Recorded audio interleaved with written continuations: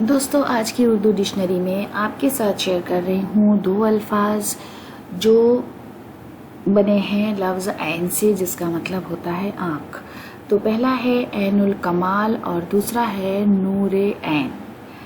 سب سے پہلے بات کریں گے عین الکمال سے، جس کا مطلب ہوتا ہے نظر بد اور زخم چشم، یعنی کبھی کبھی جو آنکھ کا زخم ہے اس کے لیے بھی یہ استعمال کیا جاتا ہے۔ عام طور پر یہ بری نظر ایول آئیز کے لیے ہم استعمال کرتے ہیں۔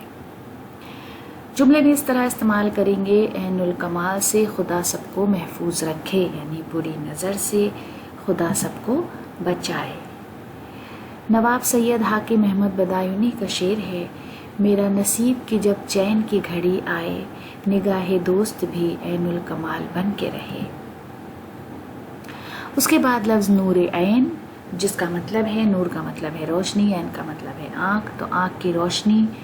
نور چشم عام طور پر اولاد کے لیے یہ استعمال کرتے ہیں، یا بہت عزیز یا محبوب ہو کوئی، آنکھوں کی روشنی اور اتیادھک پیارا، لائٹ آف دا آئیز اور بیلوڈ۔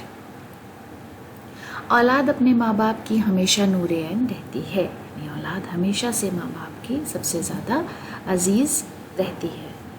ابو لویزا علی کا شعر ہے، قرار تھے خمار تھے ہوا پہ وہ سوار تھے، وہ جو کہ نور عین تھے وہ نار بن کے چل دیے۔